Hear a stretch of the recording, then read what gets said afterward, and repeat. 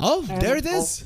There it is. The troll does come out. I actually love this troll pick because there's two ways in my mind to play a troll. One is with when you have heroes that are going to be behind him and he just gets overwhelmingly strong and you play him like this guy that just stands his ground, or with Mhm. a lot of lockdown, right? EHOME, I don't think you can ask for more lockdown than what they currently have. No, that's pretty much impossible. Stuns, roots everywhere. Lots of disables for this troll to build up the fervor stacks and just lay into people. And yeah, phenomenal lane versus the Broodmother, very good. Really good versus physical damage in general with the whirling axes. Like the Ricky might have a missed chance, but the Troll Warlord is going to bring his own. And altogether, like I think just the only problem with this hero normally is that eventually he turns out to be kiteable in a situation where, all of the new heroes have mobility, all of the old heroes constantly get new mobility added. We're in a 4-staff meta. It's very hard for a troll warlord to get a proper ult off without, just going deep into the wilds and never coming back again. That is true. I agree. But we'll see if this overwhelming amount of stuns from the side of EHOME can help him actually get himself on top of a target. I hate playing the troll into a smoke screen. I think it is a problem because you cannot control where you stand. So every single time when he wants to use his ulti in this game, he's gonna have a BKB up as well. What is the item build for the troll? Is it still gonna be Battle Fury? I just find it really hard to argue with the Battle Fury. It is the safest option. Like sometimes, of course, you see the Maelstrom come out, but that feels like it's for troll warlords have a really fine feeling for where they need to be at which point in time and who actually want to like contribute to fights and stuff. I I think it's risky, and I think this troll has quite a weight on his shoulders this time around. So I would be expecting the Battle Fury, yes. We'll see what he does with that. It is going to be a DP That's ban, not a the third Viper one. ban as well. Yeah. Those are heroes that would lane well with the Earthshaker, and there is a problem for EHOME is that they don't take towers down too well. So you take away a hero that would overwhelmingly win the lane, or you take a hero that would just take the tower down. So I like the bans. Those are quite nice. Talon, they need a carry. Any preferences here? Ursa maybe comes to mind, but he is gonna be kited quite a lot. Is there anything you would really like to see? Yeah, I would have been a fan of either the Morphling or the Drow here, but both of them have already been taken out. And that leaves you a little bit short on anything else to do. Like ideally, you get a carry that either purges off the overwhelming the axes. So the Ursa would be nice. Of course, there's a lot of disables in this game. Ursa a little bit better versus the Earthshaker, of course, since a little hop cut added, but it's not the easiest Sniper? necessarily. Troll sniper meta Yes, back? Sniper was the other thing I was thinking about. They don't have a lot of frontline, but they have secured this Tusk a decent mid lane now, at least because for me, these Death Prophet Viper bans are definitely ways to secure the Tusk in the mid lane. And hopefully he's not going to get sat on too badly. And that is a Templar Assassin. On the dire side, Okay. so I do like it. I think on the dire it's stronger. You have so much physical damage. The armor of Crystal Maiden Shaker non-existent. I'm okay with this. I think Talon, what they're gunning for is that 20-minute timing, and they really have the heroes to go for it. I'm just afraid that they don't lose the laning phase like they did in the first game. But if they survive that one, okay, this lineup can work. It really can work. Yeah, but it's not easy because this is all single target physical damage, and there's already a bunch of team fight over on eHome. And you could get further and further behind on that front. Like if eHome has their ults ready and is ready to hold hands a bit, then I don't really see how you get the first couple of pickoffs. True. What about the Veno? Imagine a Veno now comes out for eHome. That's brutal. That is absolutely brutal. So much more team fight as well. True. And also it allows you to control an area, which is something I like against the Riki. This is another hero that allows you to control an area, that allows you to defend towers against everyone, does burn through the refraction charges quite nicely, buffs up the troll. I mean, it does allow you to play together with the ability of getting to the other side of the map as well, which is also nice against the Riki. I'm liking it. It's not bad at all. No, versus the Broodmother as well, right? We have another Dawnbreaker-like here, where you can have a hero both defend versus the Broodmother, as well as be able to contribute to the fights and or, bring people in to deal with the Broodmother, depending on what you want. And yeah, the refraction charges that problem is pretty much solved as well. I like this pick. It's still going to be hard for EHOME to make plays. They're very reliant on Knight to have a good time in order to make that happen. But as far as like getting played into, which is eventually going to happen at some point with the Ricky Morana, right? I think they have a lot of defensive capabilities. I'm torn like in the previous game. So, but here I'm torn even more because yeah, like you said, in the first two games, Talon did show that they're the better team. Went behind, they made plays. Went ahead, they absolutely demolished their opponents. But when I look at this troll in this game in particular, it is actually an awesome pick. So much lockdown that he's going to be able to play around. So much mobility on his team. The ability to stay together against the Ricky Morana. But then again, Talon, they have this Tusk versus the Primal Beast, where I will always favor the Tusk in that matchup in particular. So I don't know. This is hard for me. I'm gonna go for EHOME just for the sake of it. I love the way that they drafted around the troll, and I don't usually see that. So how are you feeling about this one? I think that Talon once again have the lineup that requires the higher execution. Right. There's absolutely no doubt about it. Lineups with magic damage, AoE are pretty, like, you just throw your spells, you always get a lot of damage out. They're just easier than this physical single target damage where you're always going to have to call, who do you go on first? Do we have enough damage? Can we get back out again after executing a gank? You have no range on that. But, Talon is the better team here. I like the TA pick. If they get to the level 20 on the Meld Dispel without actually, losing the game completely before that, I do think the TA has a very nice matchup versus the Troll Warlord as well. I'm gonna go Talon.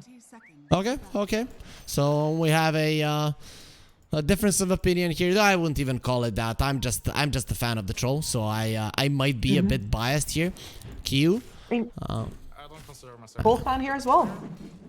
I just think it's not good enough, and I kind of don't even want it to win. It needs buffs, man. Okay. That's fine. So we have a different approach to this one. You're a fan of troll, but with you being a fan, you want it to get buffed up. So to be changed. I'm a fan. I'm saying like this hero is good enough. Pros, please play more of it. But anyways, we are gonna be seeing a troll here. I'm hoping to see a good performance from MKS either way. Q starts off with the leaps with the Morana. This time around he didn't want to die. Didn't want the repeat of game number 1. But what do you actually do now as this Morana in the lane? Certainly don't have a clue. I guess you sort of harass the Crystal Maiden a little bit, and then you cry because the Frostbite disables your leap anyway. You're not happy with it. They're gonna go for jabs. Oh no, the Morana is attacking us. What are we gonna do? 57 damage. It's not negligible, to be honest. He has Circlet and four branches, so Q isn't that weak. But let's look at the other lanes as well. Top lane, the Shaker and an Underlord. So 2 melee heroes. Can the TA punish this with the Psyblades at some point?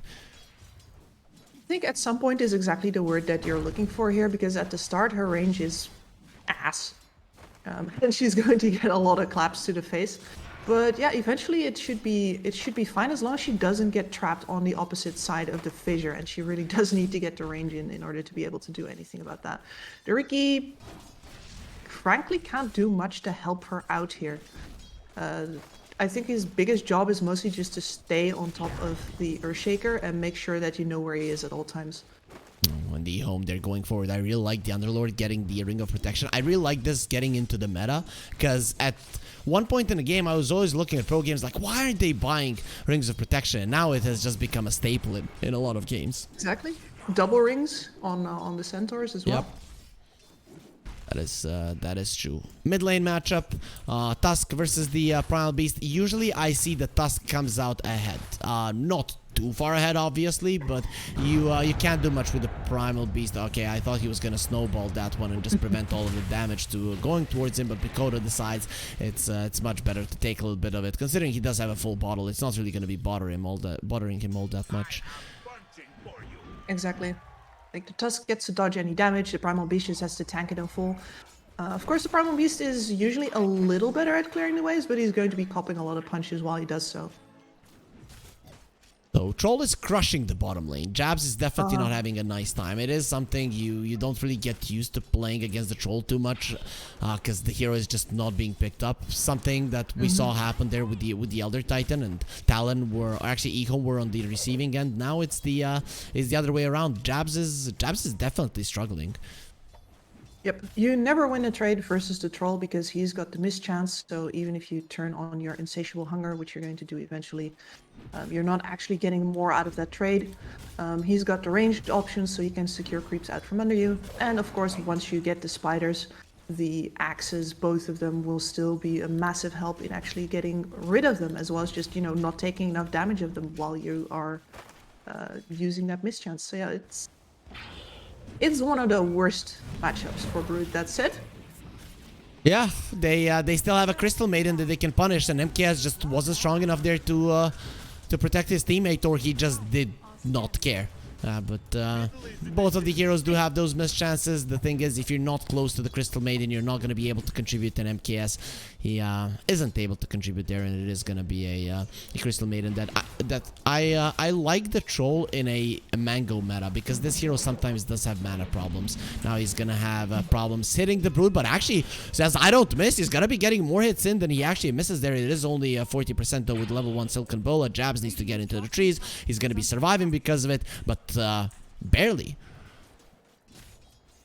Barely, already on the struggle bus on this Broodmother, not where you want to be, and this is one of those matchups that does not actually get better for you.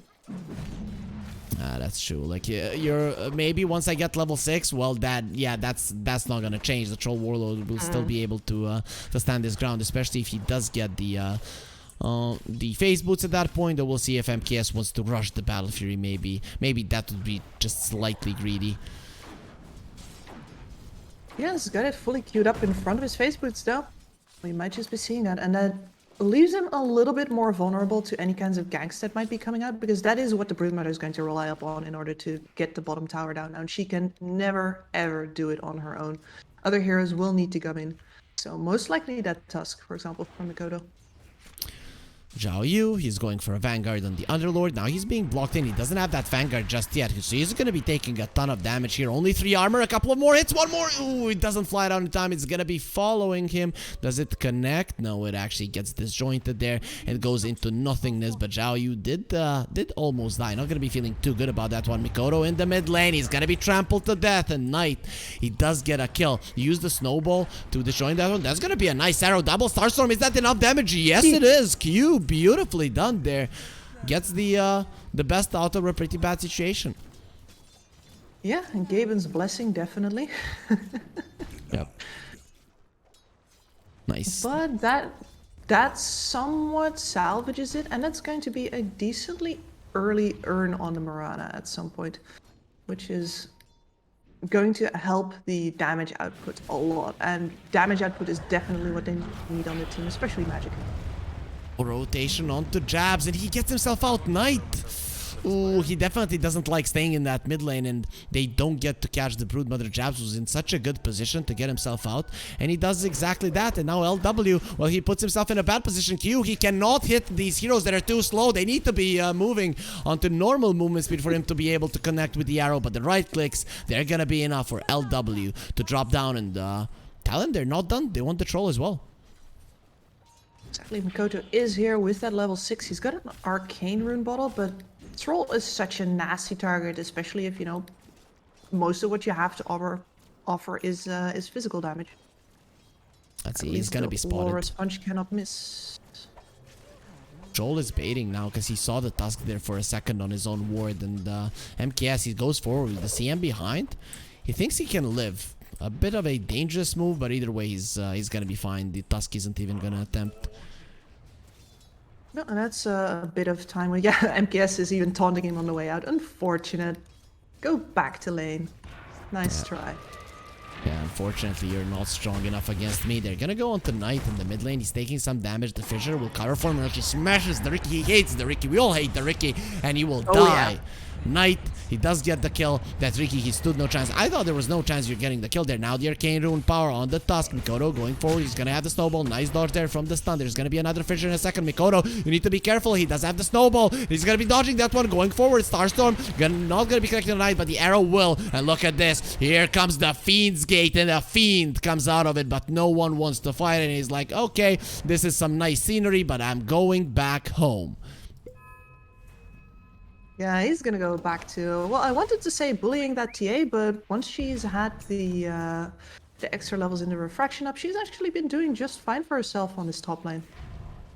Yep, he even rewards the ward there on 23 Savage. When you get level 60 on the TA, you do become very strong. And TP on the top lane from Knight, as that is happening. Mikoto will get the poor Crystal Maiden, and Knight now he's going for a dewarding mission. Usually a support's job, but he's just showing all of the pub players how it's done. Exactly. Dewarding is everybody's job. You got that? Oh, that is true. Knight, he is going to be taking the stack down. Meanwhile, bottom lane Troll in some trouble. He does have the ulti, but he's going to get arrowed in the face. Not enough. It's not too pretty of a face, but he's a troll. What did you expect? Jabs gets himself away over the fissure, and Mikoto is in a nice position as well. Does have the regen rune, so this fight can continue. MKS, Shard's gonna be perfect. Does have the ulti, you have to pop it, and now he's mad. Let's go. You wanted the fight. You wanted this. You're gonna get access to the face, but the left hook of this Tusk is much stronger than your blunt Axis Broodmother on the wrong side of the fissure for himself. But the thing is, he doesn't care. He can easily just move himself over it. Yep, and they are immediately bailing now as Knight shows up for the bonus skills. Don't think he's actually gonna get any jabs. Ooh. They didn't want to get grabbed by Knight, and in the end they didn't. So he's gonna be using the Onslaught to get back to farming Troll, TPing to the mid lane after he has been killed on the bottom lane. Very nice approach to kill him. Now Ricky and Salad engaging in a little bit of a battle, but it's not gonna be too big. And Mikoto, he's everywhere on the map, proving one of the casters here that Tusk is a great mid laner. Yeah, he's not even in the mid lane, man. Like, this is just a position 4 with extra farm. Okay, that is true. But no, it's working out great for Talon. It really is. They're looking pretty solid right now. EHOME though, they have 2 kills 10 minutes in, so they're gonna be much happier than in the previous game where they had 1 15 minutes in. And MKS is going for a tower push in the mid lane. This tower, it's looking very much gone. Absolutely, they've just brought the numbers, and there's nothing that Talon can do here. They do not have the team fight. They do not have the reach. They do not have a Mirana currently. And yeah, the Broodmother was getting held off the tower by Xiaoyu on the bottom side, so no trades there. And of course, the TA is not remotely ready to join, so that mid tower is done and dusted. That was a mega kill streak that was just given to the Primal Beast. So this Primal Beast that was, you know, not doing too hot in CS in the mid lane, now is second in terms of net worth and is actually a very dangerous hero. However you look at it, whoever is under the Primal Beast, once the trample is out, they're gonna be in a world of hurt. Absolutely, that was a beautiful scan there from Talon. Immediately figure out that the gank train is coming top, and 23 Savage will get the hell out of dodge.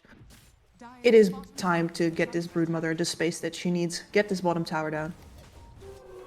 They need to open up the map. They have so many heroes that are going to be taking out farm, and the TA wants to have a lot of the farm to herself, so it's going to be helping Zhao Yu.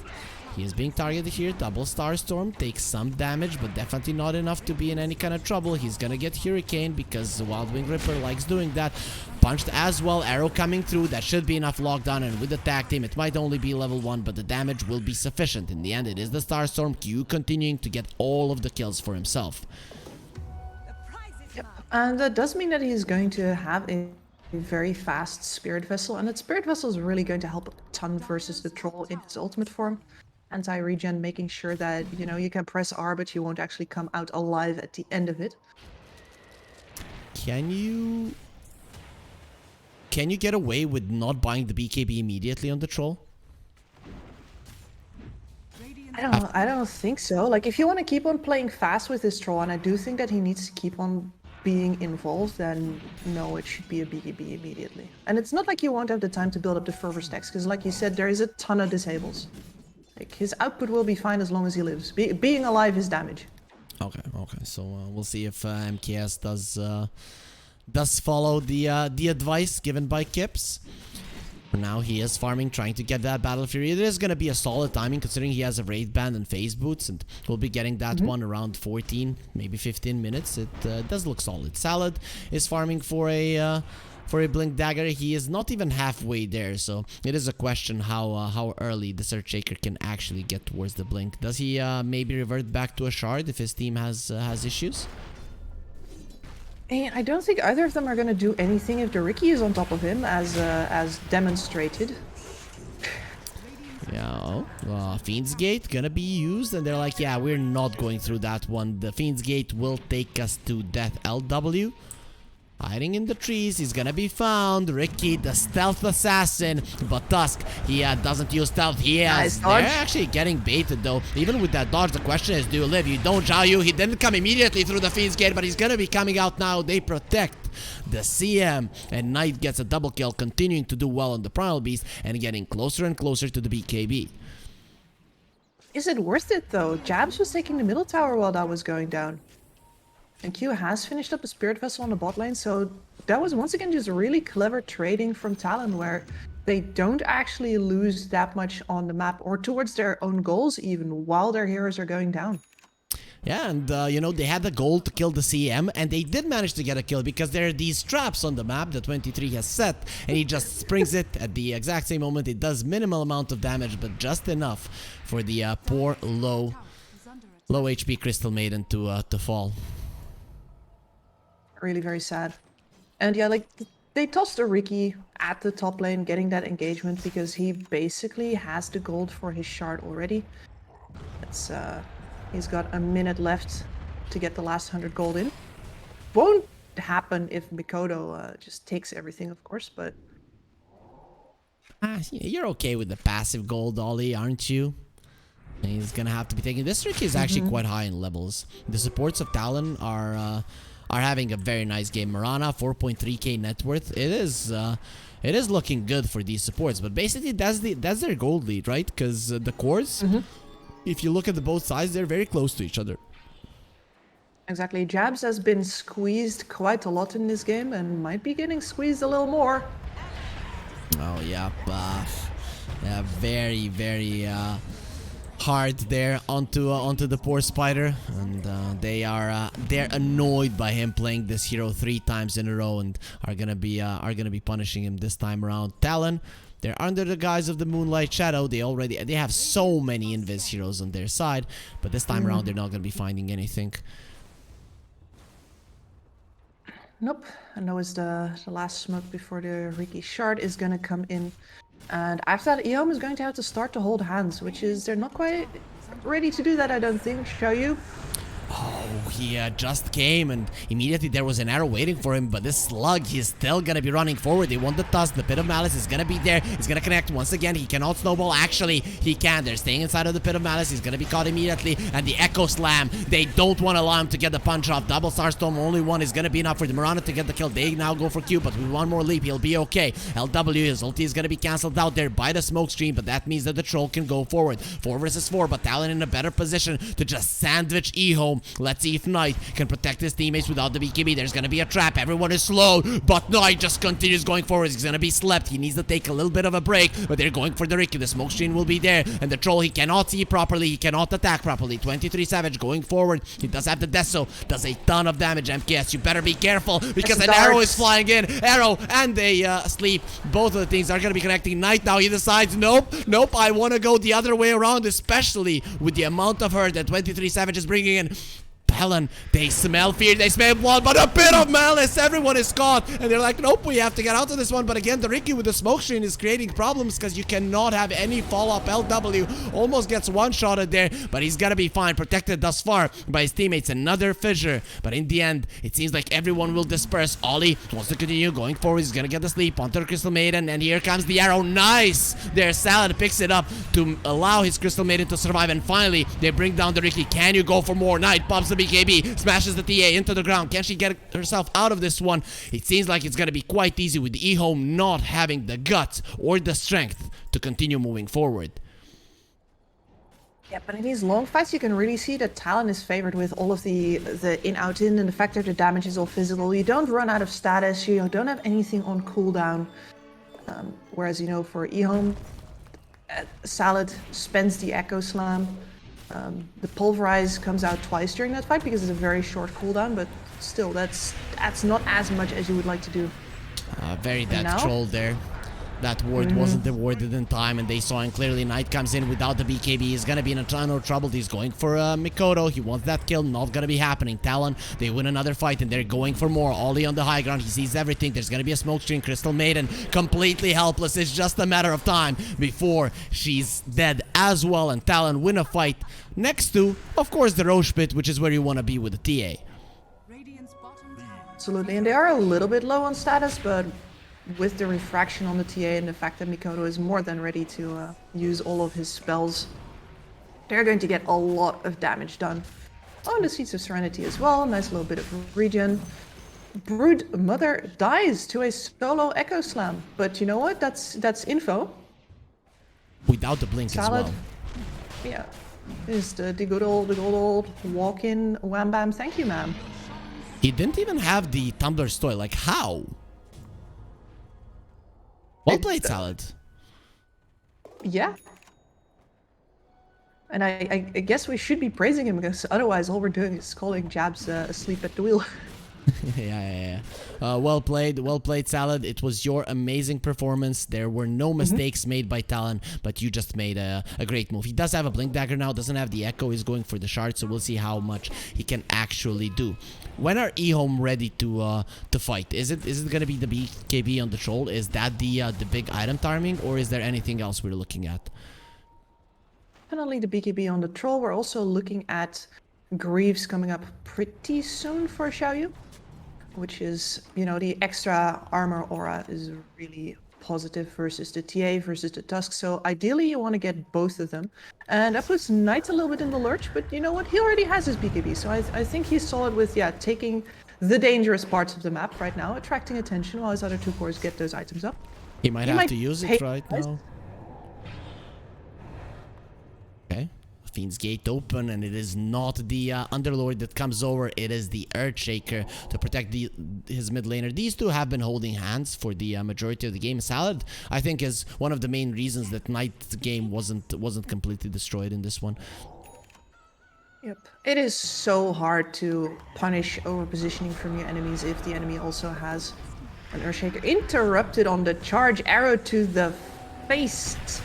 Knight. Good night. Yeah. Sleepy time. Oh, Xiaoyu. Ooh, that was so close. That dart of the Ricky, it was next to his model, but model a little bit too big. Underlord and the Primal Beast both are you know, big heroes, but their hitbox is really not that big. As it turns out, that tail is really agile. If you aim for it, it's gonna swish out of the way. Towers, they cannot be swished away. It's gonna stand here and await its verdict, and that's gonna be death as soon as the TA gets another couple of more connections onto it. It seems like for now they're okay farming, and EHOME are coming in with the smoke. Ricky didn't manage to spot that one. He just placed the ward into the enemy base. But let's see, EHOME again, they can be sandwiched here. They have to start this fight off with the kill, and will they be able to get it? Echo Slam is at the ready. Ward Sentry on the high ground. They found the Ricky, and Ricky will be taken down. That's a good way to start the fight. Talon, do you stay or do you go? Absolutely leaving right now. They would have spotted the BKB on that troll immediately. That is the time that EHOME was going for there, and without the Ricky to start off the fight, without that arrow combination, like again, they need to focus fire here. They can't deal with the overwhelming amount of team fight coming out from EHOME, especially not because they got to stand together and focus fire, which is, you know, all fine and dandy if, you know, EHOME is going to stand around twiddling their thumbs, but they have an Earthshaker with an Echo Slam. You can't just stand there and, you know, all sit on top of one guy, because he's going to slam you to oblivion.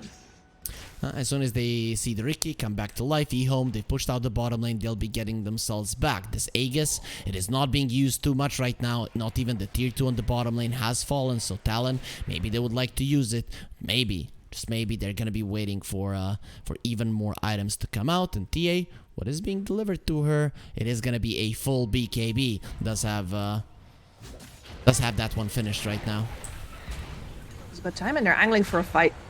They're finding a shaker. They already found the Crystal Maiden. That is the sad part of being a support against the TA. They already have the shard on the TA, so MKS is gonna be silenced. He pops the BKB and he runs away. Yes, that's what we thought. Troll, shouldn't you be a brawler? The Tusk is coming forward with a haze. He's gonna punch him in the face. MKS, he still has the battle trance, so not an easy one to kill. They buy back on the supports, going on to 23 Savage, who still has the BKB, still has the Aegis. Isn't the easiest to target. Staying in the Pit of Malice will get the hit onto the Primal Beast. You don't want to be fighting in that one. Shaker, he just bought back and he's immediately dead. That's a dieback. He got his blink, but he's not going to be able to use it. They're looking to go forward. Underlord, should be our defense, but he is sleeping on the job like every security guard in the world. And now the TA will be taken down inside of the Pit of Malice. He's still going to be rooted, but look at Talon and their positioning. They're going for LW. Buyback on your supports. We wanted more gold. Thank you for that one. Now they can go in again. Troll does have the ulti. Is going to be going for it. The TA not really taking all that much damage. Standing her ground. Let's go, Troll. Your ulti will expire and your life with it as well. Talon, they clean up house and they've probably, with this move and this approach to the fight, won the game and won the series. Yes, that was very hard to argue with. The way that they gunned for the supports there, EHOME was not ready when they lost them the first time, but even the second time, they underestimated how hard Talon was willing to go for those kills. Right. Goes for Mikoto. There's a BKB on this guy as well. He still has the snowball to protect himself, and now he's waving away while he's steeping right in front of you, and you're being arrowed in the eye. TA might be caught. 23 Savage. Can they kill him? He does have a trap there, which is going to be slowing them down. Dodges the Primal Beast, but in the end, they will smack her to the ground. Only one smack from the Primal Beast will kill 23 Savage, and EHOME finally strike back and get something after just minutes of being absolutely demolished. And that also means that they didn't really lose anything in their base, despite losing a fight right in front of it and Champs scurrying away. Oh, this spider is so hard to squish. Yeah, they can't get on top of him, hiding in the trees. No way to get there, and going back through the Fiend's Gate. Xiaoyu is back to the mid lane, where danger is still lurking. Altogether, though, as much as you know, got rumbled there overall on EHOME, you didn't lose any objectives. Roshan is currently down, so it will be a while before Talon feels good enough to actually go for your base again, unless, of course, they get a really big pick-off somewhere. That's not big, but it's fast. It's a big hit, and that is a big pick-off as well. I can't believe it.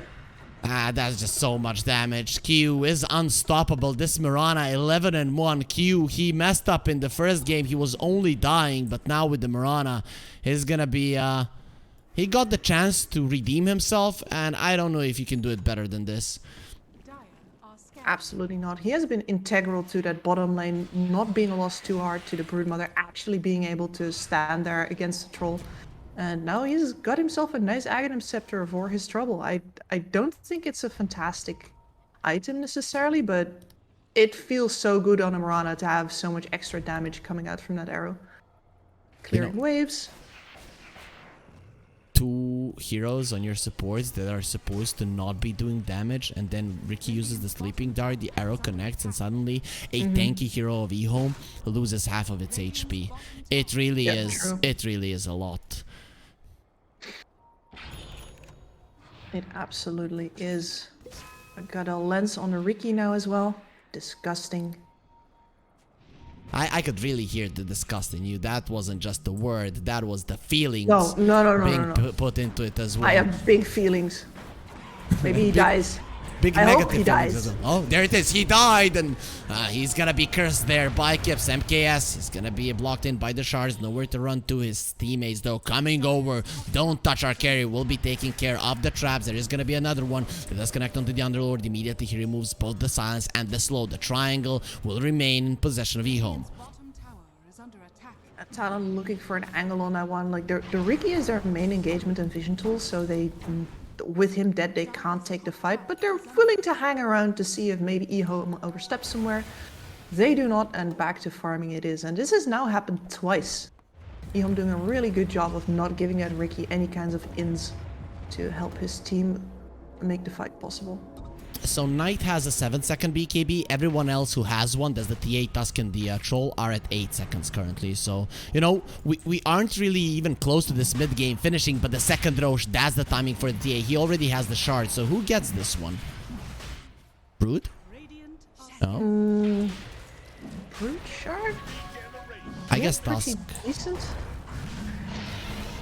An arrow. Look at Knight. He's already half HP. He's even less than that, and now punched and snowballed. Do that. And speaking of snowball, that's exactly what Talon are doing. The Echo, it's gonna be doing nothing because he jumps into the smoke cloud and traps, and he just cannot continue going forward. Zhao Yu, they're going into this one. You cannot go through the portal. Stop him. Stop MKS. No, I'm going through. And Mikoto says, let's follow them. Let's follow them in jabs. Imagine if you open a portal to another dimension and just spiders come crawling out. That would be pretty bad. But we know in some realities where there are telepathic spiders, there's also really good ice cream, Kips. So that's also nice.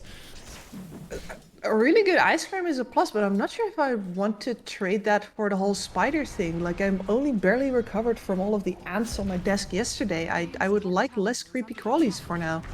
Okay, MKS is gonna be getting some stars there on top of him, considering that you're constantly being punched in the face. You are probably seeing stars, as the Murana would say.